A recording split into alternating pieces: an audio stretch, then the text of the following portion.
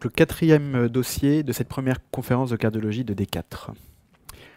De garde au SAMU, vous êtes appelé par un homme de 65 ans pour une douleur thoracique ayant débuté il y a précisément 3 heures. Donc là, c'est très important, le délai de prise en charge. Il n'a pas d'antécédent. La douleur a débuté après un énervement au téléphone. Il s'agit du premier épisode de ce type. À votre arrivée, la douleur persiste malgré la prise de paracétamol. Vous réalisez l'électrocardiogramme suivant, qu'on va voir juste après. L'examen clinique est normal en dehors d'une tachycardie. Le patient est fumeur, avec une notion de dyslipidémie non traitée. Donc voilà l'électrocardiogramme réalisé en père critique chez ce patient. Première question, interprétez l'électro. Quel est votre diagnostic clinique? Donc l'interprétation de l'électrocardiogramme, on commence toujours, même s'il y a une anomalie évidente de la repolarisation, par le rythme, l'axe, etc., etc. Donc le rythme ici est régulier à 300, 150, à peu près 100 par minute, sinusal. On voit une onde P devant chaque QRS. Tous les QRS sont précédés d'une onde P. L'axe, les QRS sont positifs en D1 et positifs en AVF, il est normal. Les ondes P sont normales, l'espace PR est normal. Les QRS sont fins, il n'y a pas de bloc de branche. Et donc l'anomalie. L'anomalie, il y a une anomalie de la repolarisation. On voit un sus-décalage du segment ST englobant l'onde T, débutant en V2, existant en V3, en V4, V5, V6. On l'a également en D1 et en AVL. On a par contre en miroir un sous-décalage du segment ST, également systématisé, surtout visible en D3, en AVF et un petit peu en V1.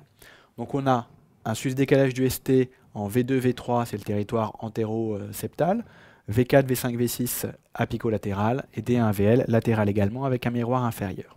Donc le diagnostic chez ce patient est celui d'infarctus du myocarde ou de syndrome coronarien aigu avec sus-décalage du ST.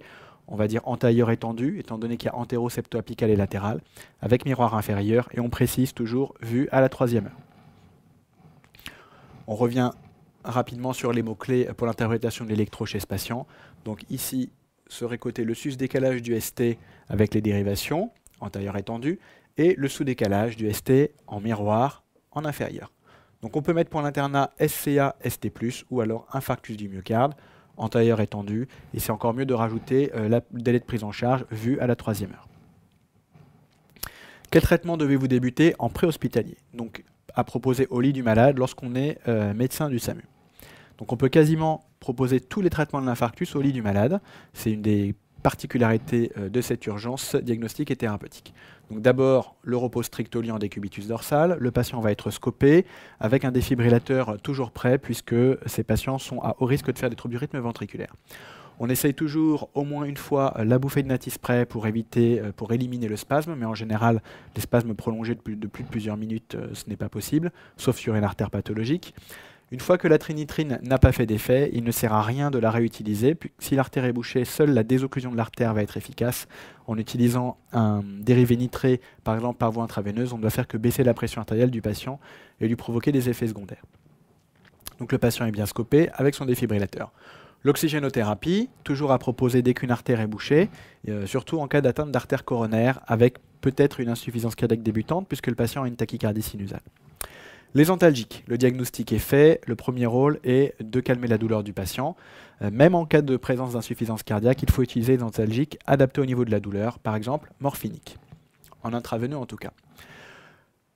Autre mot-clé, le traitement antiagrégant. Alors si on veut détailler le traitement antiagrégant, on peut utiliser de l'aspirine en intraveineux, on utilise en général un bolus de 500 mg d'aspégique, puis une dose quotidienne d'aspégique à vie. Deuxième antiagrégant qui est maintenant systématiquement recommandé, le clopidogrel Plavix. Il faut l'utiliser en dose de charge. La dose de charge se donne per os. Il s'agit de 8 comprimés pour atteindre les 600 mg de clopidogrel. De nouveaux antiagrégants ont l'AMM dans les syndromes coronariens aigus, mais j'en parle pas puisqu'ils ne font en général pas beaucoup mieux que le Plavix. Et pour l'internat, c'est encore trop tôt. Autre partie de la réponse, autre mot-clé si on veut, après les antiagrégants, l'oxygène, les morphiniques, l'anticoagulation efficace. On va utiliser de l'héparine non fractionnée. Les HBPM n'ont pas toujours l'AMM, autant ne pas prendre de risques, utiliser l'héparine non fractionnée. On commence toujours par un bolus de 5000 unités en intraveineux direct, et ensuite, pendant environ 48 heures, une anticoagulation efficace. Au-delà de la 48e heure, anticoagulation préventive. Ensuite, on va proposer un transfert en urgence pour revascularisation de ce patient, soit vers un centre d'angioplastie si on décide de faire une angioplastie, soit on débute une thrombolyse au lit du patient. en surveillant évidemment les critères de reperfusion et après avoir éliminé toutes les contre-indications de la thrombolyse. Pour l'internat, il faut connaître ces deux méthodes. On vous demandera a priori pas de choisir, sauf si dans l'énoncé vous avez une contre-indication à la thrombolyse où il ne faudra évidemment pas la proposer.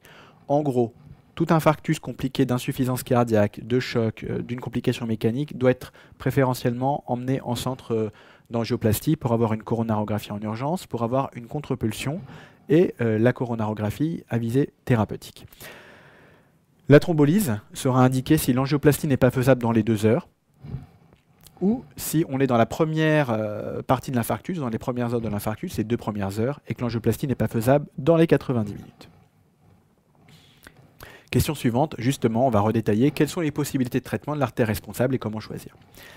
Donc 2 possibilités de traitement, l'angioplastie en urgence au décours d'une coronarographie diagnostique et thérapeutique.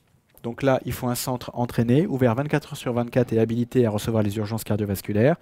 Et on va la préférer si elle est faisable dans les 2 heures qui suivent le contact médecin-malade. Si le patient a mal depuis 3 heures et que l'angioplastie est faisable dans les 2 heures, on arrivera donc à la 5e heure de l'infarctus pour la faisabilité de l'angioplastie.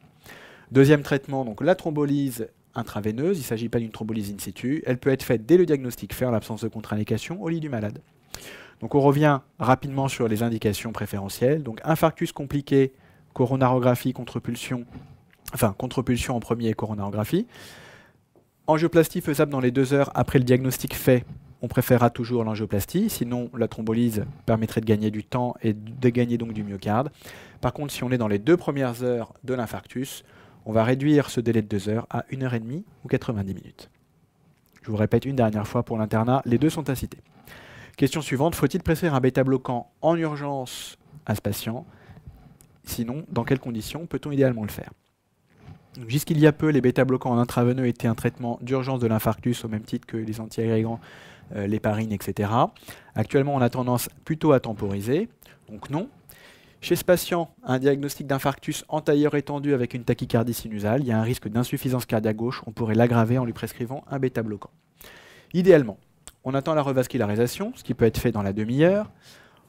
Une évaluation de la fonction systolique et des pressions de remplissage du patient, qui peut se faire de façon assez simple, biologiquement par un dosage en urgence du BNP. S'il est bas, on pourrait prescrire des bêta-bloquants plus simplement que s'il était anormal.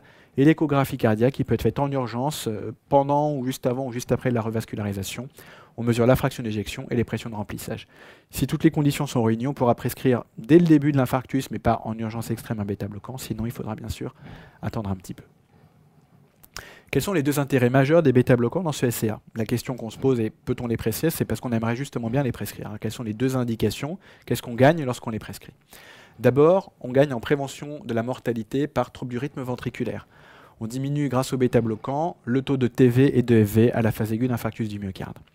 Deuxième intérêt, ils diminuent la fréquence cardiaque. Ils ont un effet chronotrope, mais ils ont également un effet inotrope en diminuant la contractilité négative. Ces 2 effets vont permettre de diminuer la consommation en oxygène du myocarde, donc de diminuer un petit peu le travail et les besoins du cœur, ce qui va permettre de diminuer l'ischémie et de diminuer l'étendue de l'infarctus. Pour toutes ces raisons, dès que possible, dans les cardiopathies ischémiques, on va prescrire un bêta-bloquant adapté. Question suivante. Le patient est finalement thrombolysé. Quels sont les critères qui vont vous permettre de juger de l'efficacité de votre traitement? Il s'agit des critères de reperfusion. Il y a différents types de critères à rechercher. Le premier type de critère de reperfusion, le critère clinique. Cliniquement, la douleur va s'accentuer de façon très intense, puis s'arrêter brutalement. Si le patient a un électrokyste normalis, ce sera vraiment un excellent critère de reperfusion. Deuxième critère, le critère électrique, l'électrocardiogramme. On va voir 2 types d'anomalies ou 2 types de critères de reperfusion. Le premier, l'arythmie. Des troubles du rythme ventriculaire lent, le RIVA, rythme idioventriculaire accéléré, est le plus classique. Il peut y avoir des salves de TV qui vont se réduire spontanément. Il n'y a pas de traitement spécifique. Enfin, l'autre signe électrocardiogramme est la majoration transitoire puis la disparition du sus-décalage du ST avec un retour à la ligne isoélectrique. Dernier critère de reperfusion, le critère biologique, qui était bien évalué avec des pics précoces d'enzymes cardiaques, en particulier des CPK. Même chose avec la troponine. Question suivante, que prescrire en cas d'échec de la fibrinolyse, donc en cas d'absence de ces critères de reperfusion? Il va falloir de toute urgence essayer de revasculariser le patient, donc il faudra faire une coronarographie en extrême urgence pour réaliser une angioplastie de sauvetage. Donc en phase aiguë d'infarctus, si la thrombolyse ne marche pas, il ne faut pas attendre longtemps ces critères de reperfusion. Il faut tout de suite adresser le patient à un centre d'angioplastie pour lui faire, si possible, cette angioplastie de sauvetage le plus rapidement possible. Si on se met dans le cas où la thrombolyse a été efficace, est-ce qu'il faut réaliser une coronarographie? Alors la réponse est évidemment oui. Le patient va bien, il a reperfusé, l'artère est débouchée. Par contre, il est à haut risque d'avoir une sténose serrée, voire une subocclusion de l'artère sous-jacente. Dans de très rares cas, il s'agit d'une thrombose sur artère saine. De toute façon, quel que soit le contexte, facteur de risque ou pas, il faudra réaliser cette coronarographie. Par contre, ce n'est pas pour une dilatation de sauvetage, c'est sans urgence. On la réalise dans les 24 premières heures, en général au-delà de la 12e heure. On évalue le réseau coronaire du patient. Soit il s'agissait d'une thrombose sur artère saine, il n'y aura pas d'autre traitement spécifique. Soit il s'agissait d'une occlusion d'une artère pathologique. Et à ce moment-là, on va dilater le rétrécissement serré qu'on va mettre en évidence avec un stent. Question suivante, quel traitement de sortie proposer? Donc ça, c'est une question très importante pour l'internat. On va voir le traitement de fond des patients athéromateux du post-infarctus. Donc d'abord, il s'agit d'une maladie à prise en charge à LD30, donc prise en charge à 100%. La demande est faite par le médecin traitant ou le médecin référent du patient à la sécurité sociale. On commence toujours par prescrire un dérivé nitré d'action rapide en cas de récidive de douleur pour éviter l'infarctus. Donc en général, on prescrit un spray de tinitrine, du Natispray, mais on pourrait également utiliser un dérivé nitré en comprimé. 0,15 ml en général, c'est le dosage faible, sinon Natispray fort, 0,30 ml. En cas de récidive de douleur, le patient doit s'asseoir, voire s'allonger, utiliser 1 à 2 bouffées de Natispray sublingual. Si la douleur ne disparaît pas dans les 5 premières minutes, il faut appeler le SAMU, puisqu'il y a alors une suspicion de nouvel infarctus. Si la douleur cède, il doit reprendre rapidement contact avec son médecin référent ou son cardiologue. Maintenant, les médicaments en traitement de fond, normalement à vie. D'abord, les antiagrégants plaquettaires. 2 sont nécessaires systématiquement, quel que soit le traitement du patient, pendant au moins 1 mois, puis un seul pour toute la vie.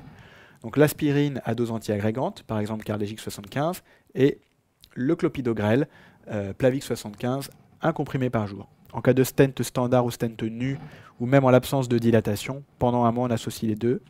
En cas de stent actif, on devrait les associer pendant une période, on va dire, indéterminée.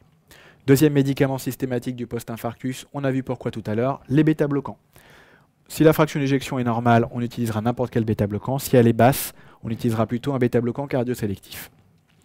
Ensuite, IEC ou ARA2 en cas d'intolérance aux IEC, bien que maintenant ils aient l'AMM en première intention. Pour l'internat, je vous conseille de toujours commencer par un IEC. Ils vont en post-infarctus permettre de faire baisser les chiffres de pression artérielle, de diminuer les risques d'insuffisance cardiaque, de diminuer le risque de remodelage, donc de déformation anormale par cicatrisation du VG en post-infarctus.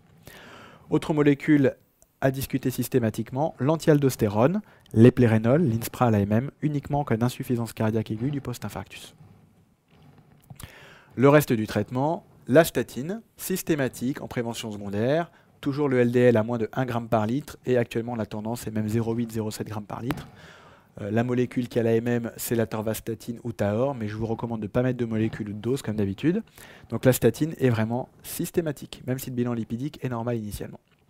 Une dernière molécule à l'AMM en post-infarctus, surtout chez les sujets jeunes, surtout si l'infarctus est étendu, les oméga 3. La molécule ayant l'AMM est l'Omacor, il s'agit d'huile de poisson en gélule, ça diminue l'effet arythmogène des infarctus du myocarde. Ensuite, on va bien sûr prendre en charge tous les facteurs de risque, donc le sevrage tabagique, l'hypertension, l'obésité, le diabète, etc., etc. Toujours discuter un protecteur gastrique, surtout si les patients ont des tendances à l'ulcère, puisqu'ils vont être sous double anti-irrigation plaquettaire.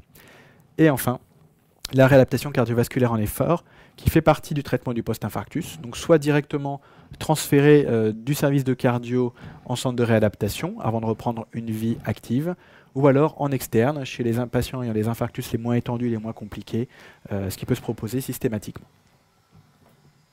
En conclusion, on a vu dans ce dossier la prise en charge typique, classique, actuelle d'un syndrome coronarien aigu avec sus-décalage du ST, ainsi que le traitement de fond du patient ayant fait un infarctus. Alors, il s'agit du même traitement de fond quasiment, après un angor stable, après un angor instable, donc c'est vraiment bien à connaître.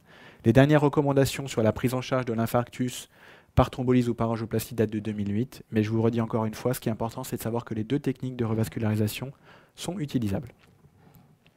Donc les items abordés dans ce dossier, l'item 132 et l'item 129, angine de poitrine et infarctus, et facteurs de risque cardiovasculaire et prévention.